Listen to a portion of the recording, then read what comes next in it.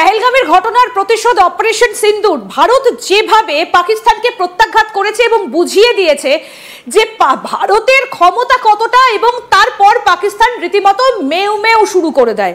পাকিস্তান হাতে পায়ে ধরে কখনো আমেরিকার, কখনো বিশ্বের অন্যান্য দেশের, কখনো IMF এর থেকে টাকা ধার চায়, এবং ভারত সেই জায়গায় দাঁড়িয়ে ভারত যেভাবে প্রত্যাঘাত জারি রেখেছিল তাতে পাকিস্তান যদি না পালিয়ে যেত তাহলে একেবারে ছাড়খাড় হয়ে যেত পাকিস্তান। কেন, ভারত কি করেছিল, কোথায় মিসাইল মেরেছিল, সেই সমস্ত কিছু কিন্তু প্রেস ব্রিফিং এ তুলে ধরা হয়েছে ডিজিএমওর তরফ থেকে। আমরা সেই বিষয়গুলো নিয়ে আলোচনা করব, এবং যিনি পুরো বিষয়টা খুব সুন্দরভাবে আমাদের সামনে তুলে ধরবেন নিশ্চয়ই আপনারা বুঝতে পারছেন, কর্নেল দীপ্তাংশু চৌধুরী আমাদের সঙ্গে রয়েছেন স্টুডিওতে। কর্নেল চৌধুরী, আমরা ছবিগুলো দেখাবো, কিন্তু তার আগে আপনার কাছে একটু সংক্ষেপে জেনে নিতে চাইবো যে পাকিস্তান কেন পিছু হটলো, কেন তারা আমেরিকার পায়ে গিয়ে ধরলো? কিছু কি আর অবশিষ্ট ছিল না? 10 তারিখ সকালে যখন ভোর রাত্রিরে ভারতবর্ষ ঘুমোচ্ছিল, 1:44 এবং 3:40 এই দুটো 10 তারিখ ভোর রাত্রিরে এমন কিছু ঘটনা ঘটেছে পাকিস্তানে, তাদের বাধ্য করেছিল সকালবেলা 7:40-এ তাদের যে পাপেট প্রধানমন্ত্রী আছে শাহবাজ শরীফ উঠে ফোন করেছিল হচ্ছে মার্কিন যুক্তরাষ্ট্রের, যিনি এটা পুরো দেখছিলেন এবং তার উনি মাধ্যম ছিলেন, তার থ্রু দিয়ে প্রেসিডেন্ট ট্রাম্পের কাছে কথা, এবং ব্রাসেলসে ফোন করেছিলেন, এবং ওদের ইমিডিয়েট যে বড় দাদা অথবা বাবা চীনে ফোন করেছিল। দুটো কাজ করেনি। মার্কিন যুক্তরাষ্ট্রে যেসব ঘটনা বলা হলো, শাহবাজ শরীফ যে ঘটনা জানালেন সেই ঘটনাগুলো শিহরিত ঘটনা ছিল। কি হয়েছিল, কয়েকটা জায়গার 1:40 আমি বললাম, আর সকাল 3:40 ভোর 3:40 পাকিস্তানে একটা ভূমিকম্প হয়েছিল। এই ভূমিকম্প কখন হয়, যখন টেকটনিক প্লেটস থাকে মাটির নিচে, সেটা যখন ওপর নিচ করে, মানে খুব সাধারণ মানুষ বোঝার জন্যে, তখন ভূমিকম্প হয়। ইসরো বলেছে পাকিস্তানে এই সময়ে 1:40 অথবা 3:40 কোনো সময় কোনো মুভমেন্ট হয়নি টেকটনিক প্লেট। তাহলে কি এমন হয়েছিল যাতে নড়ে গিয়েছিল পাকিস্তান নড়ে গেছিল, এবং পাকিস্তানের প্রধানমন্ত্রী এবং তার যে পাগল আর্মি চিফ আসিম মুনির, যার জন্য আজকে এই অবস্থা, তাদের দৌড়তে হলো আঙ্কেল ট্রাম্পের কাছে। তো চলুন সেই জায়গাগুলো আমরা এবার ছবি দেখে দেখে পুরো বিষয়টা আপনাদের সামনে তুলে ধরবো, যে ডিজিএমওর তরফ থেকে যে ছবিগুলো তুলে ধরা হয়েছে এবং কি অবস্থা হয়ে গিয়েছে পাকিস্তানের, সেটা আমরা একটু শুরু থেকে দেখব। আমরা শুরুতে যে জায়গাটায় রয়েছি সেটা হচ্ছে এই যে 9টা জায়গা, মানে 7 তারিখ অপারেশন সিন্দুর যেখান থেকে শুরু হয়েছিল, এই যে সেই জায়গাগুলো আপনি যদি একটু আরেকবার বলে দেন কোন পিওকে এবং পাকিস্তানের মধ্যে যে জায়গাগুলো রয়েছে। এই আপনারা ম্যাপ দেখছেন যেখানে লাল অক্ষর দেওয়া আছে, এগুলো ম্যাক্সিমাম লাইন অফ কন্ট্রোল পাশে। এই মুজাফফরবাদ, যেটা সাইদনা, এগুলো ডিফারেন্ট টেররিস্ট ক্যাম্প যেখানে ওদের ট্রেনিং দেওয়া হতো। আমাদের ভারতের লক্ষ্য ছিল মেজার্ড, ফোকাসড অ্যান্ড নন এসকেলেটরি, মানে আমি যে জায়গাগুলো মাধ্যম দিয়ে জঙ্গি পাঠায় অথবা জঙ্গি চাষ করে, যেখানে জঙ্গি ট্রেনিং করে, যেখানে নাশকতার ছক থাকে।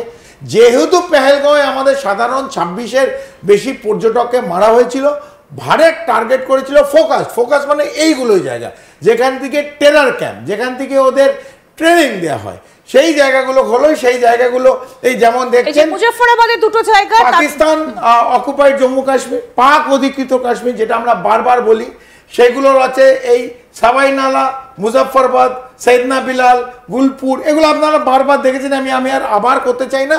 এবং পাকিস্তানে ঢুকে গিয়ে ভাওয়ালপুর এবং মুরিদকে, যেটা লস্করে তৈবা আর জৈশ-ই মোহাম্মদের হেডকোয়ার্টার, এই ছবির মধ্যে দিয়ে সব দেখা যাচ্ছে। কিন্তু আমরা স্যাটেলাইটের ছবি দেখেছি, স্যাটেলাইটের আগে কি ছিল এবং ভারত যখন প্রত্যাঘাত করে তারপরের কি চেহারা ছিল। এই চেহারাগুলো প্রত্যেকটা এই গুলপুর ক্যাম্প, তারপর ধরে নিন এই কোটলি, এখানে আছে ওগলি ক্যাম্প, এখানে এই ওরা যেখানে থাকতো সেখানে সাবাই নালা, এই বিভিন্ন জায়গায় যেখানে ভারত এই টেরর ক্যাম্পগুলো অ্যাটাক করেছে, সেই জায়গাগুলোর ছবি আমরা দেখিয়েছি, যেটা স্যাটেলাইট পিকচার, আগে কি ছিল এবং পরে কি আছে। বিশেষ করে মুজাফফরবাদ এবং ভাওয়ালপুর মুরিদকে, ভাওয়ালপুর ছিল জৈশে মোহাম্মদের হেডকোয়ার্টার, যেখানে আমরা জানি ইতিমধ্যে মাসুদ আজহারের 11 জন না 12 জন তার আত্মীয় অলরেডি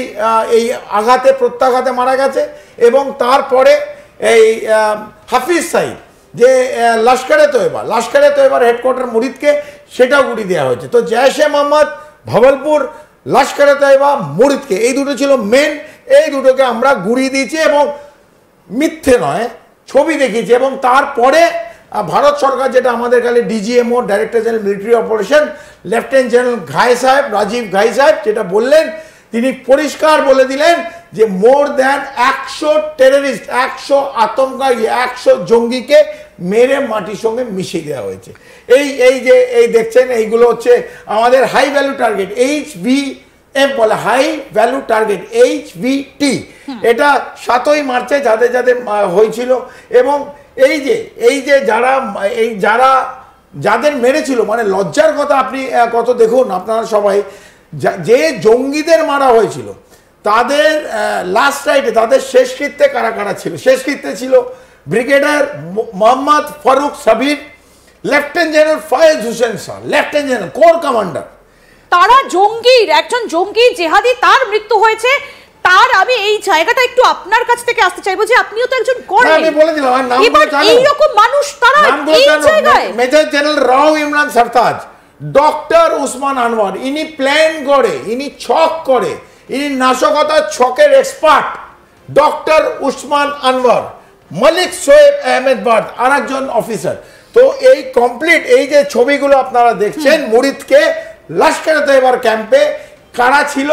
এরা ছিল যারা পাকিস্তান সামরিক বাহিনীর সিনিয়র লিডারশিপ এবং পাকিস্তানের পলিটিক্যাল ডিসপেন্সেশন।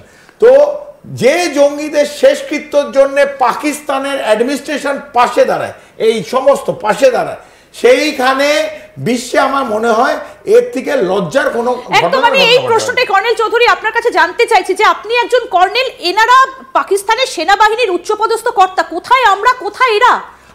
আমি তো আমার দীর্ঘ 25 বছর আমি লড়াই করেছি। আমি অপারেশন বিজয় ছিলাম, কারগিলে ছিলাম, পরাক্রমে ছিলাম, ইন্টারনাল সিকিউরিটি, বিভিন্ন জায়গায় যে IS, এই জঙ্গি যারা পাঠায়, এই জঙ্গিদের পাঠাবার জন্যে যখন ভারতবর্ষে আসতো, তাদের ওই 72 হুডের পাঠাবার জন্য আমাদের ইউনিট, আমরা এই কাজে বিজি থাকতাম। সেই জায়গায় আমরা কোনোদিন দেখিনি কোনো জঙ্গির পাশে দাঁড়াবে। যে জঙ্গিদের মারা হলো, সেই জঙ্গির পাশে শেষকৃত্যে ভারতের ফ্ল্যাগ, অথবা যেখানে দেখছি পাকিস্তানের ফ্ল্যাগ, তাদের নিয়ে শেষকৃত্যের জন্য তাদের অ্যাডমিনিস্ট্রেশন হেড এইখানে এসেছে। নিন্দনীয়, পুরো বিশ্বে নিন্দনীয় একদম। এই যে মুরিদকে না, এখানে যাদের আমরা মেরেছি তাদের বর্ণনা দেয়া আছে। এই মুদ্দাসির খাদিন খাস, এর নাম আপনারা সবাই এর মধ্যে শুনেছেন, আবু জিন্দাল, বড় নাম। এই মোহাম্মদ হাসান খান,